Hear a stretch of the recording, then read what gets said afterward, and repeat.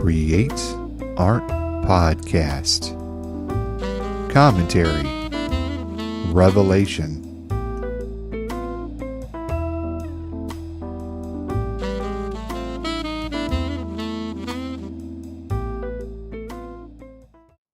Hello, friends. This is Timothy Kemo Bryan, your head instigator for Create Art Podcast, where I bring my over 30 years of experience in the arts and education world to help you tame your inner critic and create more than you consume. So, in the holiday season of 2022, my wife, as a gift, she gave me a deck of cards, and they're called Kickstart Creativity, and they're by Bonnie Smith Whitehouse, and the links will be in the show notes. But what they are is they're 50 cards, and they do just what they say they're going to do. They're going to kickstart your creativity. There's three types of cards that she has in there, and we'll talk a little bit more about the cards here. But what's happening with these cards, the three types of cards is there's perspective cards, intention cards, and action cards.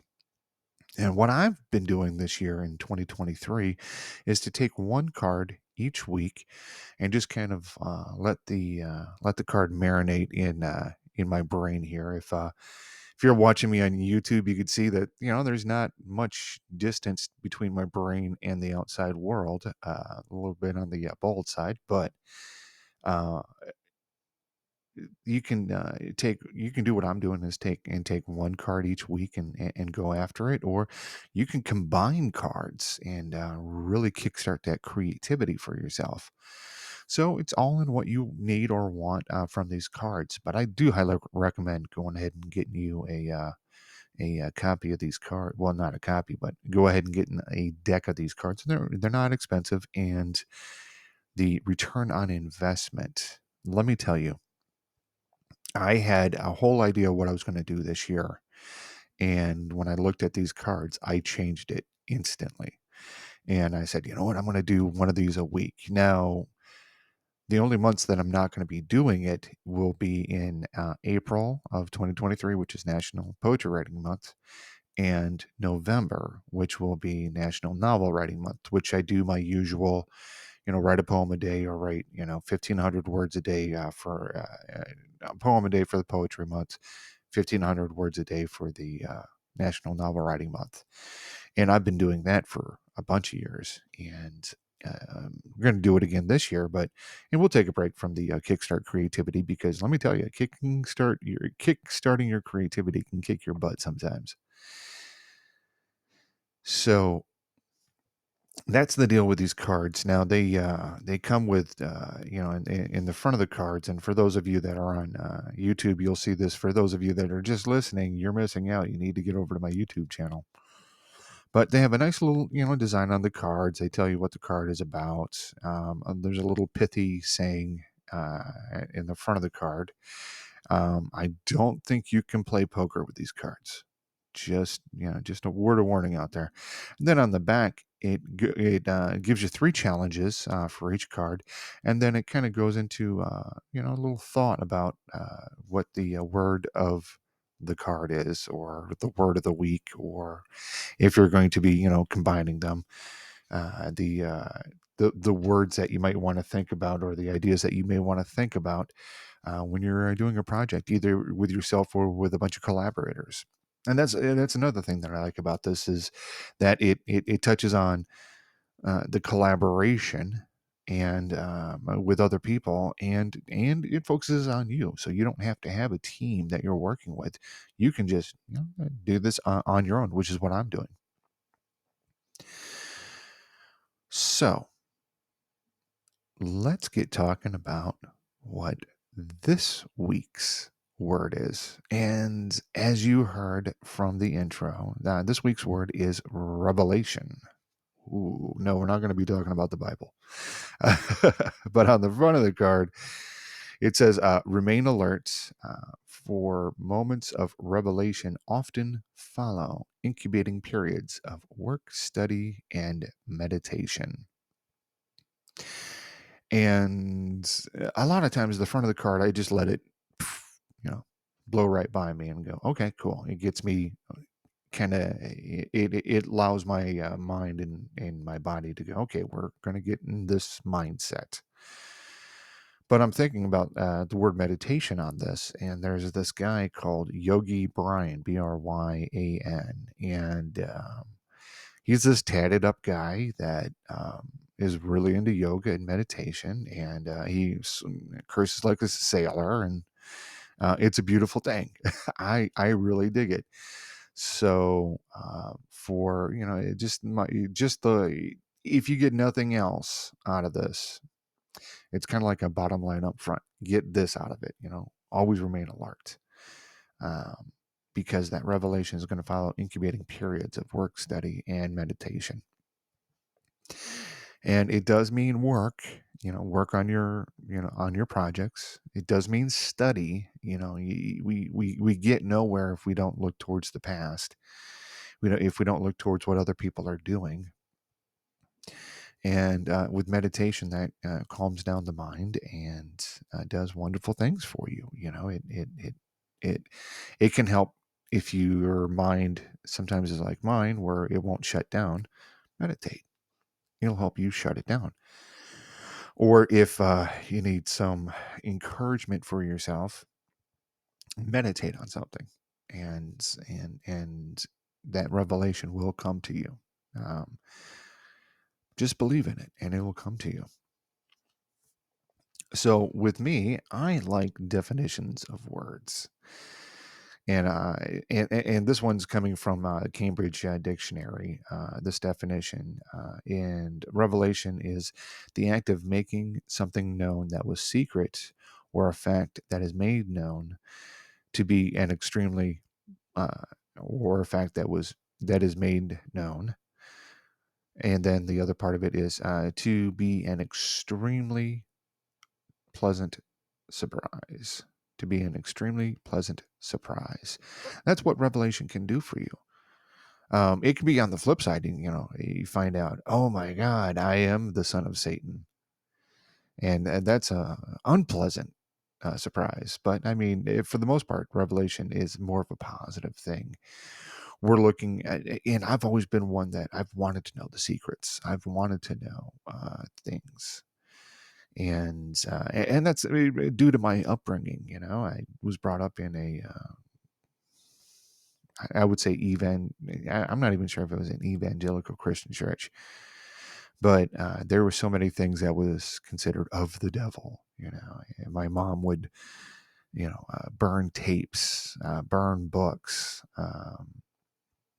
protest at movies. I think she did protest The Last Temptation of Christ, and I was like, Mom, have you seen it?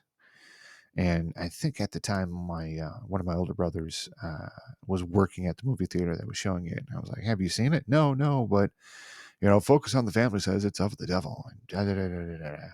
And I trust them. And I'm like, "Well, have you seen it for yourself?" And that's one thing for me, is that I like to see it for myself. It's not that I don't trust anybody unless I see it, but people can get things messed up, or people can have a weird viewpoint of things. And my mom was definitely one of those that had weird viewpoints. But I like finding out what the secret is. Unfortunately, when you find out what the secret is, it can ruin some things for you. Like when I go see theater, in a past life, I was a lighting designer. And so when I go see a show, I know what the lighting designer is doing. The lighting designer is forcing me, or encouraging me, strongly encouraging me to look certain places, and is adding certain colors to the light to make me feel certain things. So when I got the revelation on how to do that, it kind of ruined it for me, but I still go see shows. My wife likes to see shows. I'd like to make her happy. I go see shows with her. And I don't bring a notebook with me. I just allow it to wash over me, and I'm good with it. So we're going to read the little excerpt from the back of the card. And here we go. We possess wisdom and light inside of us. And from time to time, mysterious moments of revelation may suddenly change everything. For example, in 1956 in Louisville, sorry, my Kentucky people, monk, activist, and mystic Thomas Merton was out running errands for the monastery. While waiting on an ordinary street corner, he was suddenly overwhelmed by a sense of light and a mystical connection to all the strangers walking around him in the city. This moment of revelation transfigured his entire life and work. So, if you go to the website, I looked up this Thomas Merton guy, and I went ahead and gave you links to works about him, works from him, and kind of his history from that illustrious website called Wikipedia. But if you want to learn more about Thomas Merton, by all means, take a look at his life. It's quite an interesting life when this revelation happened to him. It really um, kind of kick-started his empathy with the world. So definitely check that out for yourself. And that's why I like these cards, because uh, Thomas Merton, I'd never heard of him before, the day that I read this card. And, looking at his stuff, I'm like, okay, he's on the religious side of things, and that's okay. But wow, just to have that kind of flash of light, if you are of the Judeo-Christian thing, and you know that the story of Paul and Saul slash Paul, and he, had that moment of revelation, and instead of persecuting Christians, he became one. And unfortunately, the Christians that he preached to decided to persecute everybody else that wasn't a Christian. Not getting into politics, not getting into religion, Tim, but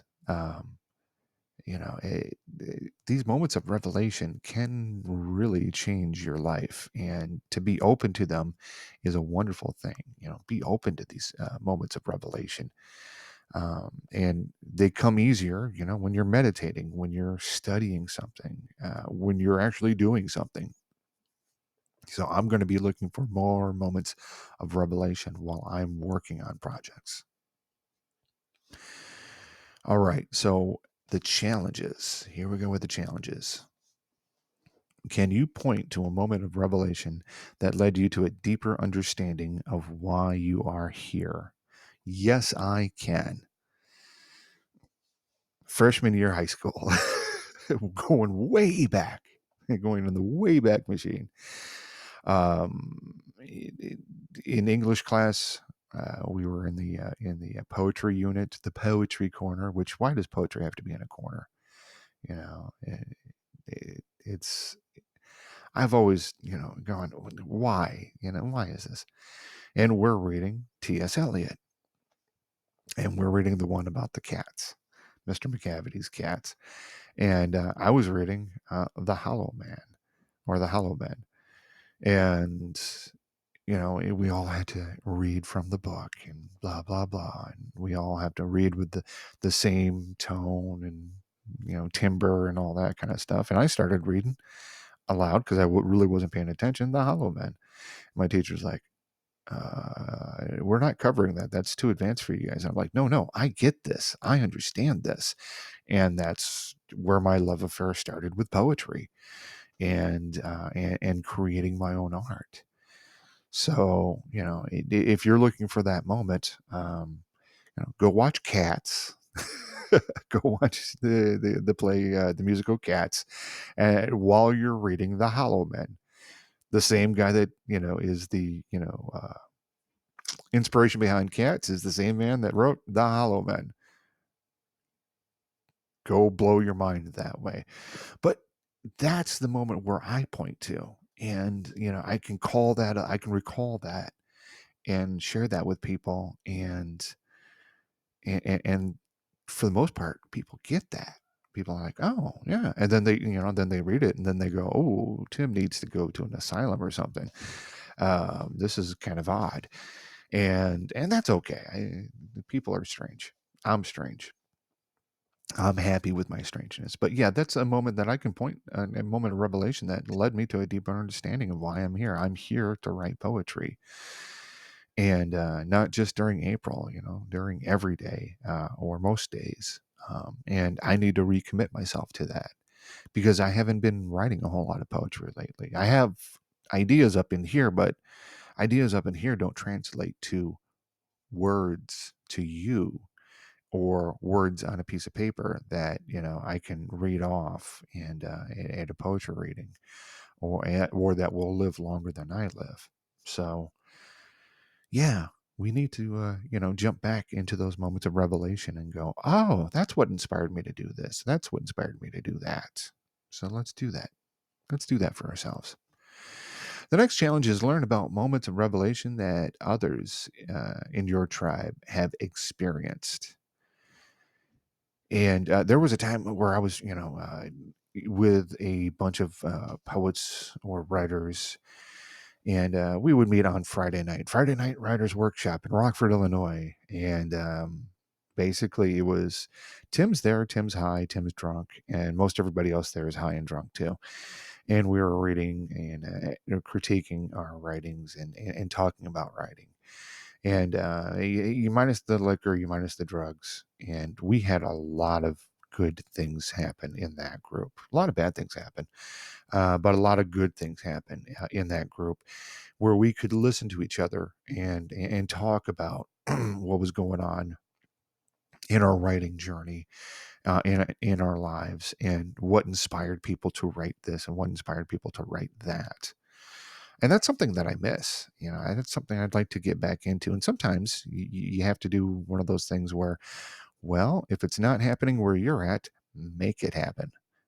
I'm doing a podcasters meetup once a month here in Fredericksburg, Virginia, and it's at our one of our local libraries that also has a audio booth and all the accoutrement that goes with that.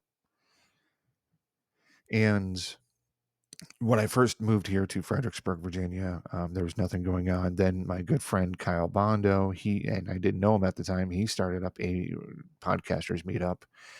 And when I started attending that, I was like, oh, I'm doing this whole podcasting thing wrong. No wonder no one's not listening to it. It's crap. My KDOI podcast, before when first started in 2006, was horrible, and it was horrible all the way up to 2016, and then I started to learn my craft. That's when I go, boom, okay, let's go. I believe the Chinese or the Japanese, I forget, but they have a thing called Samurai, which is literally translates into kick in the eye. And the Taoists really, buy into that.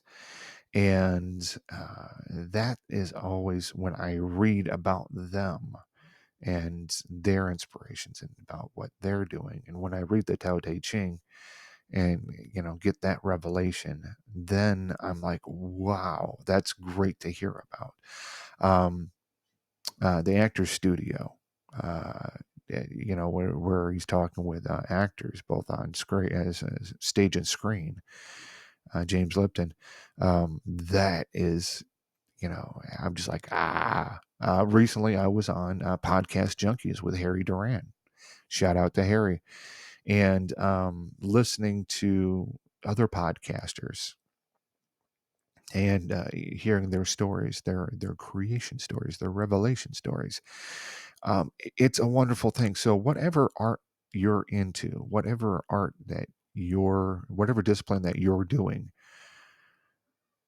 listen to the others in your field. You may not like their work, okay, and that's okay, but listen to their creation stories, their revelation stories, and see if you can grab something out of that, and see if there's something that rings true to you. And maybe that's a project that you can do. Maybe that's something you can reach out to them and go, hey, Another thing is, I interview people on this podcast from time to time. I actually have two interviews coming up in the near future here. I record these on Sunday, and on Monday, I'm going to be talking to somebody that has a book coming out. He's a photographer, and we're going to be talking about how he got into it, how what AI is doing to photography, and all that good stuff. And I love learning about that stuff. I love doing those interviews and finding out, hey, how did you do this? How did this come about? I have another one where a young lady, she goes to events. She's hired to go to events and do illustrations of what's going on. I'll be interviewing her very soon here, maybe next week or the week after. But yeah, it's, learning about that kind of stuff is fantastic. Give it a shot. Let's see if you can learn something from somebody just by reading their biography or talking to them about how they started. You can always, talk to me too about how I started, but we kind of already know that one, don't we? All right, the last challenge is place a journal on your bedside table tonight so you can scribble down your dreams as soon as you wake up tomorrow. This one, I have a journal next to my bed to do that, and I've got 9-year-old twins, and they like to. In 2023, I have 9-year-old twins, and they like to, wake up, hop on, and get me started on the day, and play on my phone. Sometimes you can hear them in the background when I'm doing a podcast. But that is tough for me to do. But that is something I might, poke and get into. I have a hard time remembering dreams, and they say whoever they is, there is an understanding that you lose, the longer you wait, the more the dream you're going to lose, and we don't remember most of our dreams anyway. So, but give it a shot for yourself. Let me know how that goes for you, and hey, maybe that's what you need to break any creative block that you're having at the time. Uh, it's not going to hurt you to do it. Give it a shot. It's content that you can draw upon and make something out of. Some points to consider for this one: the intersection of intuition and technique. So, I'm taking a drawing class, and just a sketching class, and we're learning a lot about technique, which is a good thing to do. To have the technique is a great thing to have, but the intuition of it, the intuition of, okay, well, I'm cross hatching this way, but maybe I cross hatch this way, and your intuition gets better the better you learn your technique. Another point to consider is the role of exploration and curiosity. So when we get these moments of revelation, then we need to explore and find out, why did we get this? Why are we blessed with this? Or where is it going to take us to? Or, are there people in the field, in the discipline that I've chosen, that I can find out more about? So think about that. Embracing vulnerability and authenticity. So, as I told you last week, you guys and gals, I am not the best at video. I'm learning it. I'm trying to do the best I can, trying to get better each and every time. But if you're here and expecting, whiz bang things to happen all over the place, or, things to pop up here and pop up there, no, I don't have the time to do that at this point. At this point. Stay with me though, because it gets better as we go along.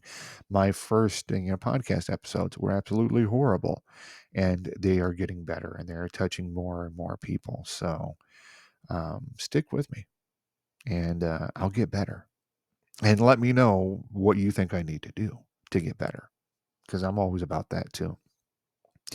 And then the last point is, learning from your failures and setbacks. I've had a ton of failures. I've had a ton of setbacks. I busted my wrist in the Air Force. I can't bend my left wrist. I was diagnosed with MS. On occasion, I have gout that flares up. These are setbacks. These can impact your creativity, your artistic endeavors. With the MS, the tiredness, the fatigue that really hurts sometimes. But then when we learn from it and we don't let those setbacks hold us back, the failures that we've had in life, before my wife, all my relationships were pretty much failures. But I, learned from them to be the husband that I am today, which, hopefully my wife enjoys.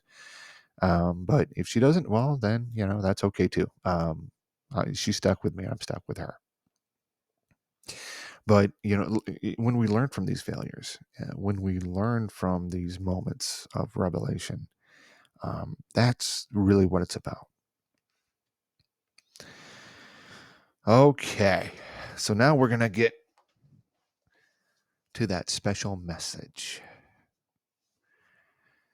First things first, I'd love it if you'd reach out to me. I'm at timothy@createartpodcast.com. I want to hear about your journey. I want to hear about what you're working on.